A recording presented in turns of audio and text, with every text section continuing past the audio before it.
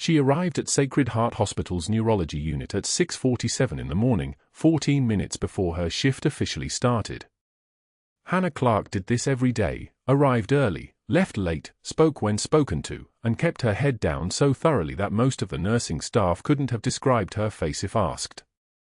The pre-dawn darkness of Raleigh's parking lot had begun to crack into grey when she parked her 10-year-old sedan, boots on the asphalt, routine as prayer. Her surgical clogs were already laced in her locker. She'd folded her civilian clothes 3 years ago and never really folded them back. The hospital smelled the same every morning, antiseptic layered over something organic and faintly desperate, the smell of bodies in crisis trying not to fail. She'd smelled worse. She knew this because her hands remembered things her mouth would never say. The fluorescent lights overhead made everyone look like they'd been dead for 3 days already, and Hannah moved through them like someone who'd learned to navigate darker corridors.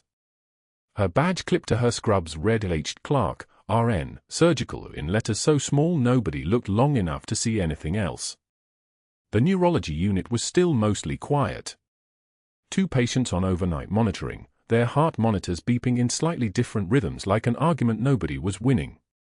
She checked vitals, made notes in the system, arranged instruments in trays with the kind of precision that came from muscle memory older than her nursing license. Every movement calculated.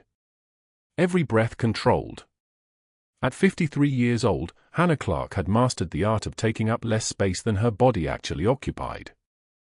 Dr. Sterling arrived at 7:15, as he always did, moving through the unit like a general inspecting territory that belonged to him. His presence made the air pressure change. 6'2", expensive watch catching the fluorescent light, a platinum Rolex she'd glimpsed once, valued at roughly what she made in 7 months, and the kind of jawline that suggested a childhood spent in country clubs and trust funds. Nathan Sterling had never been told no by anyone who mattered. His reputation in Raleigh's medical community was built on a foundation of precision, ambition, and a clinical record that never admitted setbacks. Never. He didn't see medicine as collaborative. He saw it as conquest. The morning rounds began in room 412, where Mrs. Patricia Brennan lay recovering from a spinal intervention that Sterling had performed himself. Successful procedure, according to Sterling. Textbook execution. Hannah stood at the foot of the bed with the other nursing staff, her posture slightly angled away, her voice ready to be small if called upon. Sterling spoke in declarative sentences that didn't invite questions. His residents and fellows listened with the kind of attention people gave to judges delivering verdicts. The degenerative disc herniation is resolved, Sterling said, gesturing to the imaging on the monitor. His fingers were steady, manicured, the hands of someone who'd never worked construction or combat medicine. We've achieved optimal fusion alignment. Mrs. Brennan will begin PT this afternoon. Any questions? There were never questions. The rounds moved methodically through the unit. Room 408, room 410, room 411. Sterling spoke about prognosis and recovery trajectories with the confidence of someone who'd never encountered a human body that refused to follow his projected timeline. Hannah moved 2 steps behind, replaced water pitchers, checked drain outputs, adjusted monitors. Invisible. By design. It was 10:12 when the door to the neurology unit opened and a man walked in carrying an 8-year-old girl. Sergeant Major David Torres didn't move like civilians moved. He was early 60s, the kind of Marine whose age had somehow made him look more carved than weathered, every muscle in his neck suggesting 40 years of discipline. But his daughter, Sofia, moved against his chest like she was trying to fold into him completely. Her eyes were open but cloudless, the pupils visible but utterly unseeing. Her small fingers gripped his uniform like it was the only solid thing in the world, and her breathing was the shallow, rapid breathing of a child whose body was afraid of something her mind might not yet understand. Hannah felt the recognition hit like a physical thing. She knew this man. Not personally. But her 17-year-old son, Marcus, had mentioned him exactly once during a conversation about the Marine Reserve Unit's command structure. Sergeant Major Torres, Marcus had said, trying to sound casual about it. He's legendary. They say he carried 2 wounded Marines out of an IED blast in 2015. The recognition lasted 3 seconds. Hannah's coffee cup trembled in her hand. Just barely. She steadied it against the medication cart, the movement so smooth nobody watching would have noticed anything wrong. Her breathing deepened once, controlled, automatic. The kind of breathing that came from training that predated her nursing license by 15 years. Sterling straightened immediately, his entire presence shifting toward the new arrivals like a predator sensing movement. He was already moving toward them, already establishing dominance of the conversation before anybody had spoken. Sergeant Major Torres. Sterling extended his hand, all expensive confidence and unearned authority. I'm Dr. Nathan Sterling, Chief of Neurology. This must be Sofia. Let's get her into an examination room and begin our assessment. Torres shook his hand, but his eyes moved to the windows, the monitors, the ordered chaos of a busy medical floor. He was assessing the space. Tactical. Hannah recognized the pattern because she'd lived in that pattern for half her life, the slight expansion of awareness, the mental mapping of exits, the weight distribution in his stance that suggested readiness for crisis. This man had walked into situations where the ground itself might explode. A hospital with fluorescent lights was probably the safest place he'd been in decades. How long have you been bringing Sofia to specialists? Sterling asked, guiding them toward room for 15, one of the private examination spaces. His voice was already diagnostic, already implying that he was the first person to ask the right questions. How many ophthalmologists? Neurologists? I'm assuming you've been to Johns Hopkins, possibly Mayo Clinic. Mayo, Stanford, Duke, Torres said quietly. Sofia's fingers tightened on his uniform. For specialists in the last 18 months. They've all said the same thing, progressive retinal degeneration, likely hereditary. They've all said the same thing about treatment too. Which is? There isn't one. She's going blind, and there's nothing they can do to stop it. The words landed in the hallway like weight dropped from a height. Sterling didn't pause. He nodded as if Torres had just confirmed something Sterling had already predicted, already assumed, already moved past mentally. Hannah watched this happen from 15 feet away, her hands arranging instruments in the supply station, her movements economical and precise.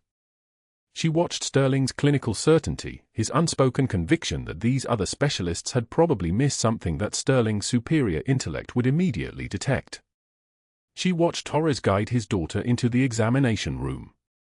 And Hannah felt something shift in her chest, something she'd spent 3 years burying in the bottom of her surgical locker along with a pair of combat boots caked with marja dust.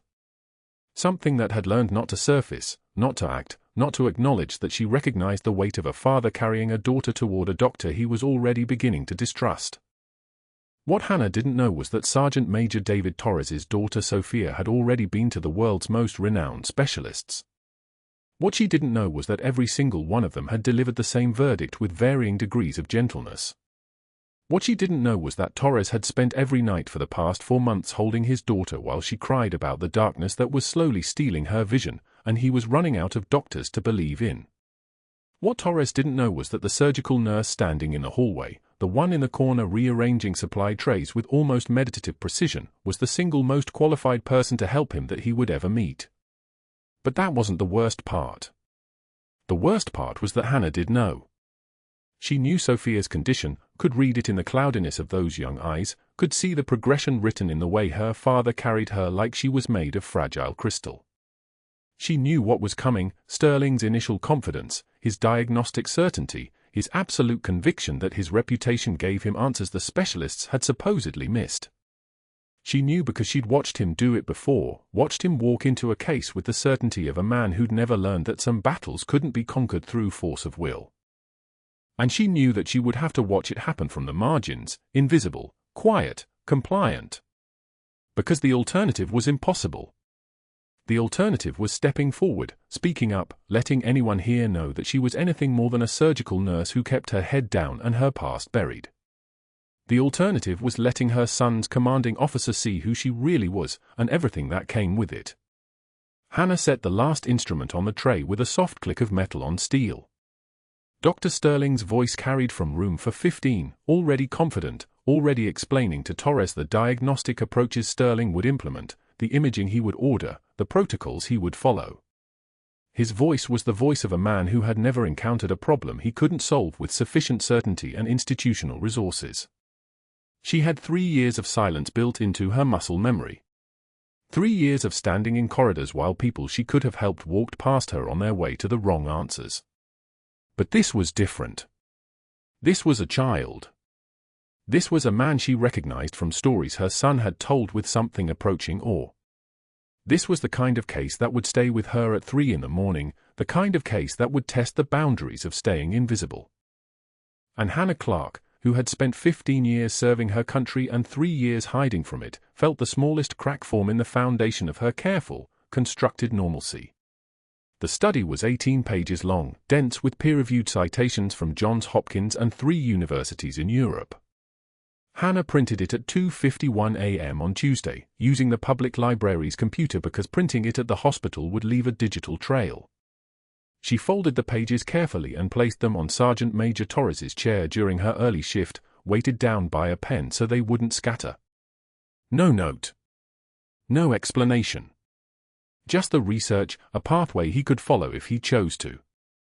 Dr. Sterling found it first. He was making rounds with his 6 residents trailing behind like ducklings, their white coats pressed sharp enough to cut glass, their posture mimicking his precise gait down the neurology corridor. His voice carried the kind of authority that came from never being questioned, not by staff, not by patients, certainly not by a surgical nurse who'd been at Sacred Heart for 3 years with nothing to show for it but a spotless work record and a reputation for keeping her head down. Hannah was updating Sofia's vitals when Sterling stopped outside room for 12. The girl sat upright in the hospital bed, her unseeing eyes pointed toward the window where Raleigh's March rain hammered the glass like applause. Sergeant Major Torres stood beside her, one hand on his daughter's small shoulder, the other holding the Johns Hopkins study that Hannah had left for him. "Nurse Clarke," Sterling called out. Not a question. A summons. His voice dropped 2 octaves when he was establishing dominance. She turned from the monitor, pulse already climbing. "Dr. Sterling. Would you join us for a moment?" The residents shifted their weight. One of them, a second-year named Patterson, glanced at Hannah with the kind of expression you'd see in a nature documentary right before the predator struck. Sterling held up the study pages, letting them dangle like evidence. "I found these on Mr. Torres's chair this morning," Sterling said. "Not accusatory yet, that came next. Interesting reading. Johns Hopkins. Gene therapy. Experimental protocols." He turned to face Hannah while the residents watched the exchange like spectators at a duel. "Nurse Clarke, when did you complete your neurology residency?" Hannah kept her breathing level. In, hold, out. The kind of breath control they taught you in halo insertions, in hostage situations, in the moment before you had to make a choice that would echo for years. "I didn't, doctor." "And when exactly did you earn your doctorate in molecular biology?" "I haven't, doctor." Sterling smiled. It was the smile of a man standing on solid ground, confident that the rules of the world were tilted in his favor. The smile of someone who'd never faced a consequence that mattered. "Then perhaps you could explain to me, with your 3 years of nursing school, why you believe you're qualified to suggest experimental protocols that have failed in 4 separate Phase 2 trials." The silence that followed was the kind that exists in surgical theaters and war rooms, the kind where everyone stops breathing because something irreversible is happening. Sofia asked quietly, "Daddy, why is he being mean?" Torres's jaw locked. His free hand curled into a fist at his side. Sterling didn't pause. He was enjoying himself now. "Your job, Nurse Clarke, is to monitor vital signs, change dressings, and follow the orders of the physicians on this unit. Not to play doctor. Not to undermine the conclusions of specialists who've dedicated their lives to neurology. Not to fill the heads of desperate parents with false hope based on research you clearly don't understand." He turned to the residents. "This is what happens when staff forget their place in the hierarchy. This is overstepping. This is precisely why we have protocols." Hannah felt the heat rising in her chest, not anger but something older, muscle memory of restraint. Of standing in a command tent while superior officers made decisions that would cost lives, and you had to absorb it with a nod and move forward. She'd learned to let words pass through her like rounds through armor. But Sofia's hand reached out toward the void, searching for her father's face. "Sofia deserves better than your ego, Doctor." The words came out quiet, almost gentle. Hannah wiped away the single tear that had escaped without breaking eye contact with Sterling. Her voice dropped to the register of someone who had learned to command rooms in ways that had nothing to do with volume. She deserves a physician who sees her as a child, not as a case you're losing. She deserves someone who'll fight for her instead of protecting his reputation. Sterling's face went the color of old blood. The residents stared at their shoes. Patterson actually took a step backward. Torres reached out and gripped Hannah's shoulder once, a gesture that communicated everything he couldn't say in front of Sterling. Sterling left the room without responding. That should have been Hannah's first warning. People like him never fought back in the open. They went quiet. They made phone calls. The break room at Sacred Heart had the kind of industrial coffee maker that had been broken since January and a refrigerator that smelled like something had died in 2019. Hannah brought her lunch in a cloth container on Friday, leftover grilled chicken and rice, the kind of precise meal prep you did when you couldn't afford to let your nutrition slip. Discipline was a habit that didn't turn off. 7 nurses were laughing at the corner table when she walked in. Their voices were the bright, overloud kind people use when they know they're being observed. The moment Hannah opened the refrigerator, the dynamic shifted. The room's temperature didn't change, but the pressure did, the kind of pressure that builds before a storm. She sat at the far table with her lunch. Opened the container. Took one bite. One of the nurses stood. Then another. Then all of them, in a sequence so perfectly synchronized it had to be intentional. They gathered their things without speaking, without meeting her eyes, and filed out of the break room like pallbearers leaving a funeral. The last nurse to leave didn't even glance backward. The fluorescent lights hummed. The broken coffee maker dripped onto the burner plate.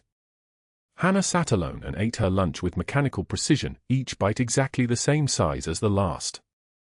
It took 45 seconds for the room to empty. Sterling hadn't given an explicit order. He didn't need to. People who'd built careers in hospital hierarchies understood the unspoken language of exclusion. Hannah Clarke was now radioactive. Proximity to her was career contamination.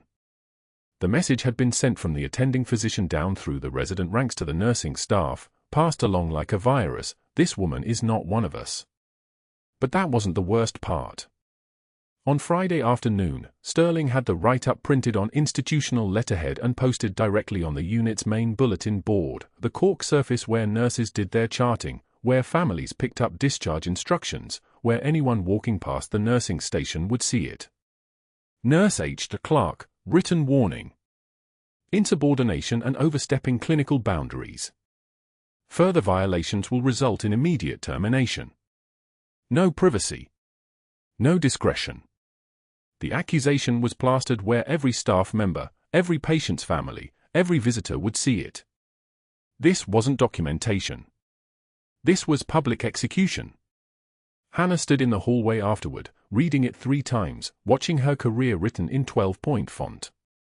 Nurses whispered as they passed.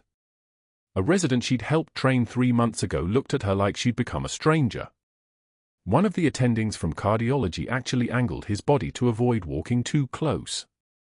She pressed her fingertips against the cool plaster wall and took one measured breath. The kind of breath that came from muscle memory deeper than fear, the kind that had kept her alive in places where breathing loud meant dying fast. Then she walked back to room for 12. Sofia was sitting by the window, her blind eyes tracking the rain by sound alone. Torres was on his phone, speaking to someone at a specialist clinic in Boston, his voice tight with the particular desperation of a man watching his child slip away and unable to stop it. He saw Hannah and held up one finger. "Wait. No, I understand," he said into the phone. "Yes, I can get records." "How much?" He paused. His shoulders dropped. Thank you for your time. He ended the call and looked at Hannah like she was the last solid thing in a room that was collapsing. They won't see her, he said. Insurance doesn't cover experimental protocols. The waiting list is 18 months. And they said, his voice cracked. They said her type of degeneration responds poorly to gene therapy in pediatric cases. Sofia reached toward her father's voice. Daddy. He moved to her side, pressing a kiss to her forehead. Over his daughter's head, he met Hannah's eyes. You think there's hope, don't you? I can see it. You wouldn't keep bringing me research if you didn't believe. Hannah's hands were curled into fists. Old instincts were rising, the kind that made you want to move, to act, to solve problems through force of will and capability. The kind of instinct that had kept her alive for 12 years in places where the rules were written in blood. I didn't say that, Sergeant Major.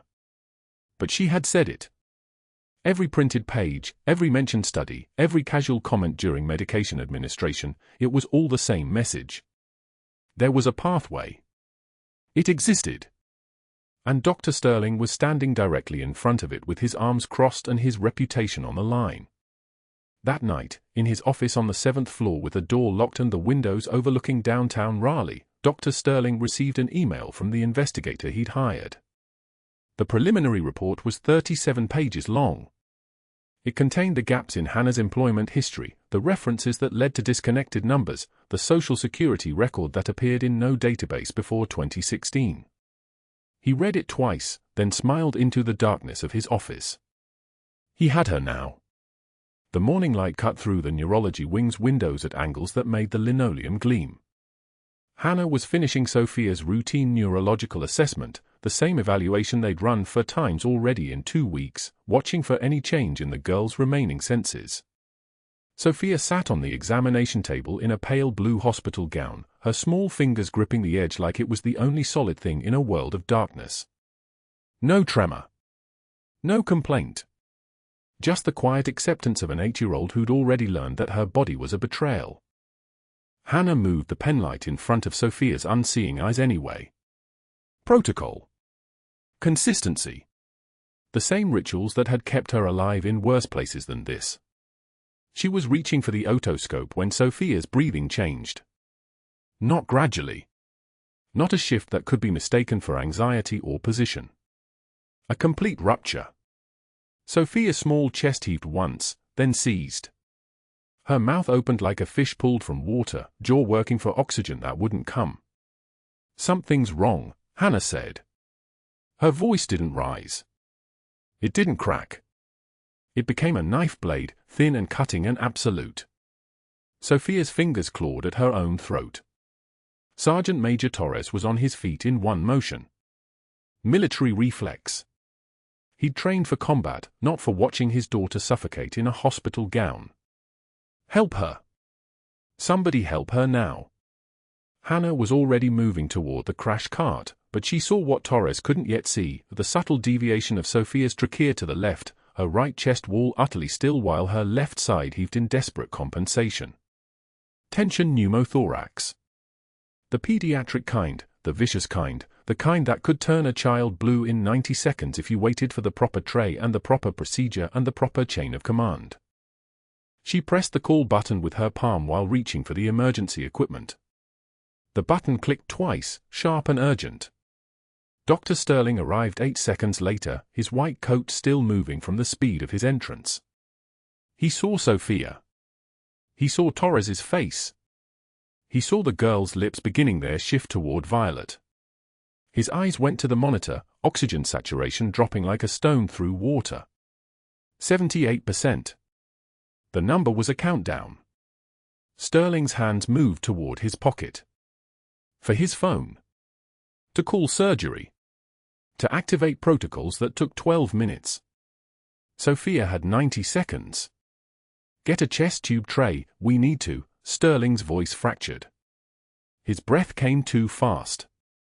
He was a man who'd built his entire life on the assumption that critical decisions happened in surgical suites with scrubbed nurses and proper equipment and time to think. This wasn't that. This was primordial. There's no time, Hannah said. Not a suggestion. Not a question.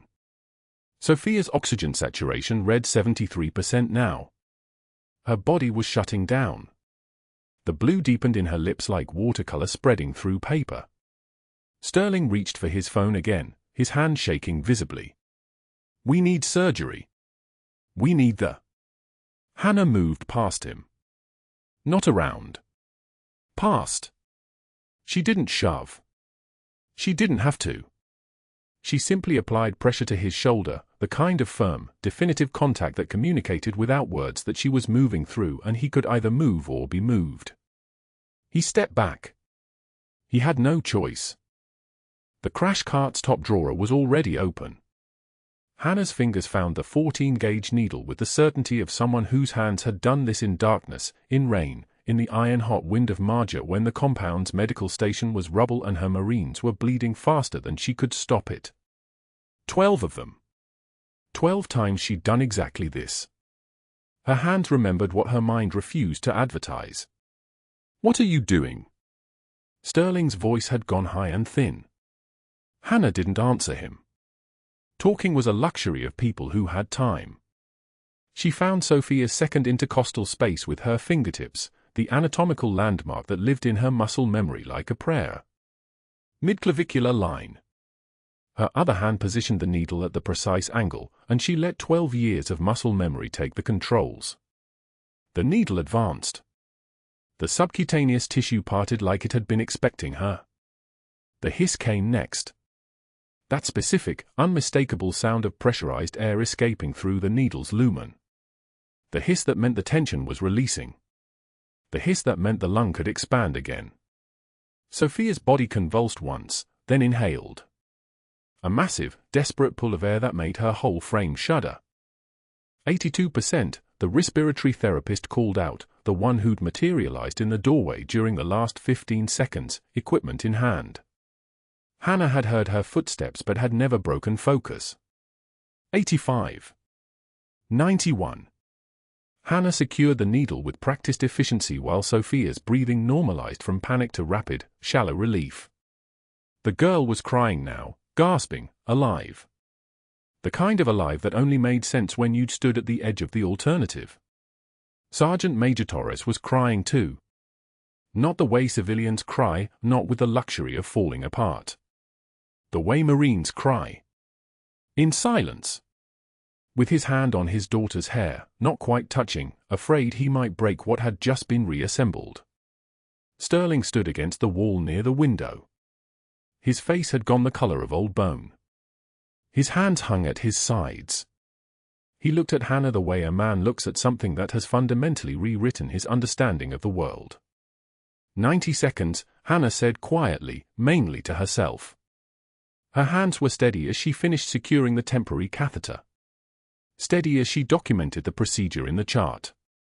Steady as everything inside her that wasn't visible went through the emergency shutdown sequence that had kept her functional through 6 deployments and 3 black operations and a life that no longer officially existed.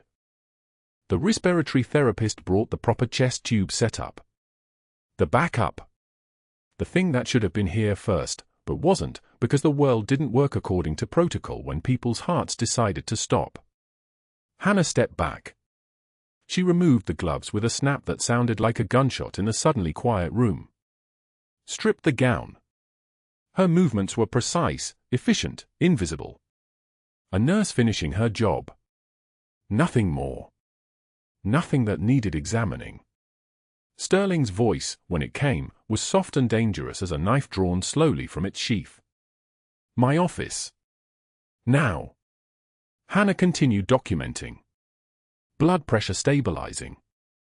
Oxygen saturation 94% and climbing. Sofia's breathing evening into something approaching normal. The vitals told the story. The girl lived. That was the only protocol that mattered now. Now, Hannah, Sterling repeated. She didn't go. She finished the charting. She checked Sofia's pupils one more time. She turned to Sergeant Major Torres and said, quietly, she's stable.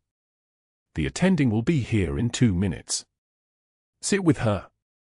The words came out with something that sounded almost like an order. The composure had shifted. Not yet full authority, she still stood in scrubs in a hospital that wasn't hers, but something in her voice had changed, deepened, become the voice of someone who'd directed people's lives in actual emergencies. Torres nodded. He didn't question her. He knew. Hannah walked out of the room, down the hallway with its flickering fluorescent lights and the smell of antiseptic and the distant sound of another monitor alarm in another room. She went home. She sat at her kitchen table. She looked at her hands, still steady, still clean, still perfect, and waited for the consequences to arrive. The courier came at 5:36 p.m. Not a phone call. Not an email. A sealed envelope, signed delivery, the kind of thing that required documentation. The termination letter was printed on cream-colored paper with the hospital logo at the top. Falsified employment records. Unauthorized medical procedures outside the scope of nursing practice. Insubordination. The phrases were arranged in the kind of legal language that sounded reasonable if you didn't understand that every word was a brick in a wall designed to bury someone so deep that no amount of digging could get them out. 3 board members. Sterling had called in favors. 3 phone calls had been made to people who owed him, and those 3 people had signed off on the decision without hearing Hannah's side because Sterling had already written the narrative. And in that narrative, she was a problem that had just become a liability. But that wasn't the worst part. The worst part came in the second paragraph, the part that made it clear Sterling hadn't just wanted her fired. He'd wanted her erased. He'd contacted her previous employers, the ones listed on the application, the ones that didn't exist anymore, the ones that had been dissolved and scrubbed from every database the moment she'd signed the NDA. He'd gotten blank answers and redirects, and he'd put it all in his report to the board as evidence of fraud. A woman with no verifiable history. A woman with falsified credentials. A woman who was dangerous. Hannah sat with the letter for an hour. Then 2. Outside, the rain started, the kind of heavy rain that turned the parking lot into a mirror. She didn't cry. She didn't call anyone. She sat in the quiet of her kitchen and understood, with perfect clarity, what Sterling had done. He'd forced her hand. He'd made her save Sofia, knowing that saving Sofia would expose exactly what she was trying to hide. And then he'd weaponized that salvation against her. The man was competent. Ruthless. And he'd just made the worst mistake of his career by not understanding that you don't corner someone without making sure they have nothing left to lose. Hannah looked at her trembling hands, no, not trembling. Still. Just still. The kind of still that came from control so absolute it looked like calm. She had nothing left to lose. Dr. Sterling made the calls that evening, voice steady and reasonable as he worked through his network like a surgeon through tissue. The board president answered on the second ring. Sterling had saved his career during a malpractice suit 8 years earlier, and debts like that had a way of becoming currency. "We have exposure," Sterling said into the phone, pacing his office with the windows dark behind him. A nurse with falsified credentials performed an invasive emergency procedure without physician supervision. If we don't act decisively, we're liable for everything that comes next. The board president listened. Sterling could hear the fear in the silence.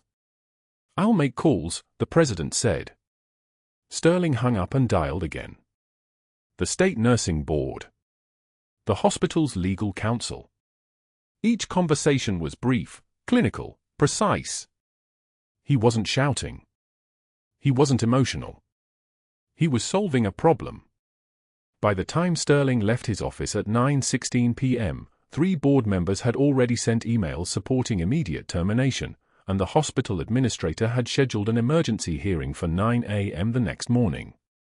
Hannah didn't receive the official notification until 11:33 p.m. A call from HR, the voice apologetic but final. "You may bring representation, Ms. Clarke, but given the credential irregularities that have surfaced, we recommend you resign quietly to avoid a formal hearing. It would be cleaner for everyone." Hannah hung up without responding. She sat at her kitchen table in the dark, no lights on, just the ambient glow from the street lamp outside filtering through the window, and spread the termination letter across the worn oak surface. The words blurred. Falsified employment records. Unauthorized medical procedures. Patient safety concerns. Immediate termination. 3 years. 3 years of staying invisible, of being careful, of never letting anyone close enough to ask questions about the gaps in her employment history that she could never explain. Gone. 90 seconds of emergency medicine had destroyed everything she'd rebuilt. She didn't cry at first. She just sat there, staring at the letter as if the words might rearrange themselves into something different, something survivable. Then the weight of it hit, not like a wave but like a depth charge detonating in her chest. She pressed her palms against her eyes and sobbed, shoulders shaking, the sound strange in her own throat because she couldn't remember the last time she'd let herself break like this. Her hands, the hands that had held lives together in desert tents and operating rooms, trembled against her face. Not from fear. From the absolute certainty that she couldn't fight back without endangering the one person who mattered. If she revealed what she really was, if she let the truth about Senior Chief Petty Officer Hannah Clarke emerge into the light, it would draw attention. Federal attention. The kind that came with paperwork and questions and a son caught in the crossfire of secrets his mother had been ordered to keep. The garage door opened at 5:14 p.m. Hannah lifted her head from the table. She'd been sitting there for nearly 6 hours, the letter still spread in front of her, coffee cold in a mug beside it. Her son appeared in the doorway wearing his Marine Corps PT uniform, grey shorts, grey shirt, the crest over his heart, sweat still damp on his collar from afternoon drill at the reserve center. His name was Michael, though she rarely thought of him that way anymore. At 17, he moved with the posture of someone already shaped by discipline, already understanding that the world had different rules for people like him. He'd joined the Marine Reserves at 16, needed her signature on the forms, and she'd signed because she recognized the need in him, the same need that had driven her into the Navy at 18, running toward something because she couldn't bear to keep running away. Mom. His voice cracked slightly, that 17-year-old edge between boyhood and manhood. She couldn't answer. Michael stepped closer, and she watched his eyes move from her face to the letter on the table. The way his jaw tightened told her everything. He understood enough to know this was bad, even if he didn't understand why. What happened? His voice was harder now. Marine voice. The one they taught him at drill, the one that didn't ask permission, that expected answers. I lost my job, she said. It was the only part of the truth she could give him. Why? You're the best nurse. He stopped. Looked at her face. Looked at her hand still trembling against the table. What happened at the hospital? A child had a medical emergency. I helped. Each word felt like swallowing glass. Dr. Sterling didn't approve of how I handled it. Michael was quiet for a long moment. Then, you saved someone and they fired you for it. She couldn't answer. Couldn't explain that this was how it had to be, that drawing attention to herself meant drawing attention to him, that every classified operation she'd been ordered to forget about came with paperwork that could unravel lives. The black operation in 2016, Marja, the extraction, the things that had ended with military erasing her records and telling her to disappear into civilian life. Never speak of it. Never claim it. Never let anyone know what she was capable of. Mom, Michael said, and his voice had shifted into something she'd never heard from him before, not anger, not fear, but something harder. Certainty. Stay here. Don't do anything. Michael, no. He was already moving toward his bedroom, pulling his phone from his pocket, his movements precise as a tactical deployment. She tried to follow him into the hallway. Michael, you can't. I can, he said, not turning around. And I did. You showed me where the medals were when I was 8. You told me they came from a job that mattered. You told me the stories, all the parts you thought were okay for me to know. Mom, there's a hearing tomorrow. I'm going. She stood in the doorway of his room, watching him type with the kind of focused intensity she recognized from the mirror, the look of someone making a decision that couldn't be unmade. He was calling people. Her contacts, the ones she'd given him years ago for emergencies only. People she'd known in different lifetimes, people she'd survived with, people she'd saved and been saved by. People she'd been ordered to forget. "Baby, you don't understand what." "I understand you can't protect me by drowning," Michael said, finally looking at her. His eyes were her eyes.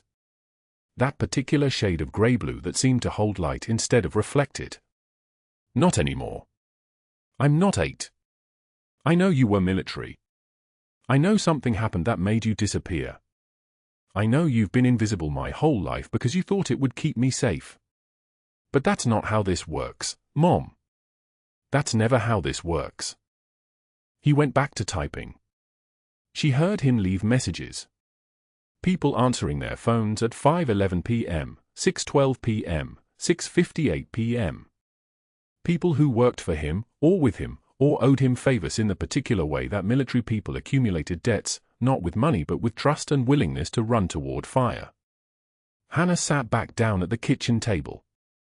The termination letter stared at her from the oak surface. She could see what Dr. Sterling had done, the precision of it, the clinical way he'd weaponized her invisibility against her. He hadn't screamed at her. He hadn't even confronted her directly. He'd simply made phone calls to allies, activated favors, and let her own forgotten past become the weapon that destroyed her. The silence was so thick you could hear the rain outside starting to fall, tapping against the kitchen window like fingers asking for entry. Michael emerged from his room at 7:43 p.m. carrying a showbox she recognized immediately. The soles of his shoes were silent against the kitchen tile. He didn't ask permission. He simply set the box on the table beside the termination letter and opened it. Inside, arranged in 3 careful rows, were things she'd buried in her closet 15 years ago when she signed papers that said she was no one, had done nothing, had no right to claim anything about who she'd been. A navy cross, the ribbon faded but the weight of it undeniable. 2 silver stars catching the kitchen light like fragments of something celestial. Purple heart. Bronze star with a small V for Vela device. Ribbon she couldn't name anymore because she'd forced herself to forget them. And at the bottom of the box, wrapped in tissue paper, were the combat boots.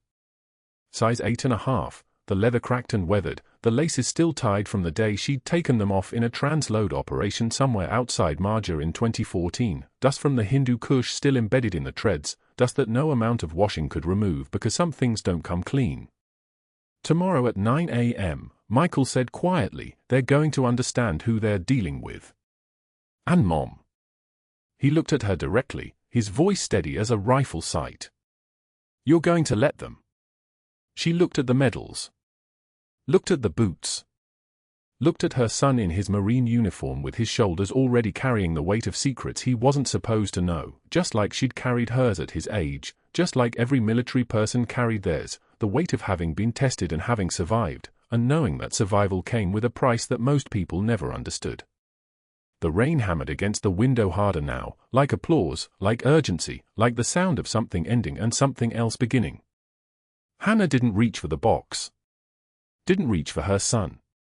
Instead, she pressed her hands flat against the table surface and breathed, the way she'd learned to breathe in desert tents and operating rooms, steady, controlled, knowing that the next minutes would determine whether she'd die invisible or live seen. "Tell me what you're going to say," she told Michael. Her voice was steady now. Different. Older. Like she was finally using muscles that had been dormant for 17 years. "Tell me everything." The showbox appeared on the conference table at 8:51 a.m., and the room went dead silent. Michael Clarke stood in the doorway of the administrator's emergency hearing, 17 years old and trembling with purpose, not fear. The kind of trembling that comes from having already made the irreversible choice.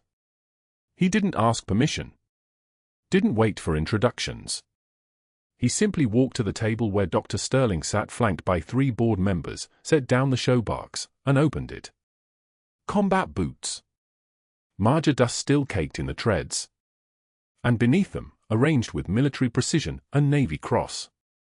2 silver stars. A purple heart with its distinctive purple ribbon. Senior Chief Petty Officer, Michael said, his voice cracking on the rank like a boy still learning how to carry weight. He placed a photograph beside the medals, his mother in dress whites, early 20s, standing in front of a Black Hawk helicopter with a unit patch visible on her shoulder. 3rd Battalion, 5th Marines, Charlie Platoon. That's my mom. Dr. Sterling's face drained of color. He tried to speak. Nothing came out. The hospital administrator, Mrs. Patricia Hayes, stared at the medals. Her hand moved toward them, hesitated, then pulled back as if they might burn. What is this? Her voice had changed. Lost its administrative veneer. Michael sat down. Didn't speak. Just opened a manila folder beside the show box. Mrs. Chen, the hospital's head nurse, picked up one of the silver stars with trembling hands. She'd been a Navy corpsman for 8 years before transitioning to civilian nursing. She knew what this meant. Her eyes moved to the citation, printed and laminated, clearly prepared for exactly this moment. She began reading aloud, her voice barely steady. For gallantry in action while serving with Combined Joint Task Force operations in support of Operation Enduring Freedom, Kandahar Province, 2013. Under intense enemy fire, Senior Chief Petty Officer Hannah Clarke coordinated the extraction of 12 wounded personnel from a forward operating base under assault, providing direct medical intervention under fire while maintaining suppressive fire. Mrs. Chen's hands shook. She looked up at the table. She did what? 3 tours, Michael said quietly. 2 Purple Hearts. That one's from Marja, 2014. That one's from a convoy IED in Loga Province, 2015. The conference room door opened without a knock. A video call appeared on the wall monitor, the face of a SEAL team leader, weathered and hard as reinforced concrete. His call sign was Breaker. His voice came through the speakers like a tank idling in a garage, dangerous and controlled. I served with Senior Chief Clarke for 2 years, Breaker said, addressing the room directly, his eyes fixed on Dr. Sterling. She was my medical officer. She pulled me out of a burning compound in Helmand Province after taking shrapnel in her left shoulder. She still has the scar tissue. He paused. Specific. Clinical. Devastating. Navy Cross for extracting 12 wounded under sustained fire. Silver Star for that Helmand extraction. Silver Star for coordinating emergency triage during a convoy ambush that killed 4 of my team. Those are facts. Documented. Classified. But facts. Sterling stood up. Sat down. Stood up again. Regardless of her service record, she performed an unauthorized medical procedure. She saved a child's life. The administrator cut him off, her voice now carrying the weight of someone who'd just realized exactly how deep she'd stepped into liability. A child you froze over. While she was being terminated on your orders. The door opened again. Marcus Webb walked in like a man who'd already decided the outcome. Marine Corps tattoo on his forearm, the eagle, globe, and anchor, faded from 15 years of sun and salt. He was carrying a tablet. IT specialist. Veteran. The kind of person who keeps meticulous digital records.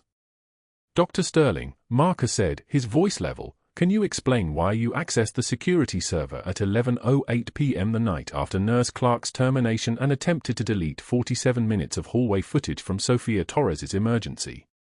The silence that followed wasn't empty. It was a sound of its own, the sound of a room understanding that a predator had just revealed its teeth. Sterling's mouth opened. Closed.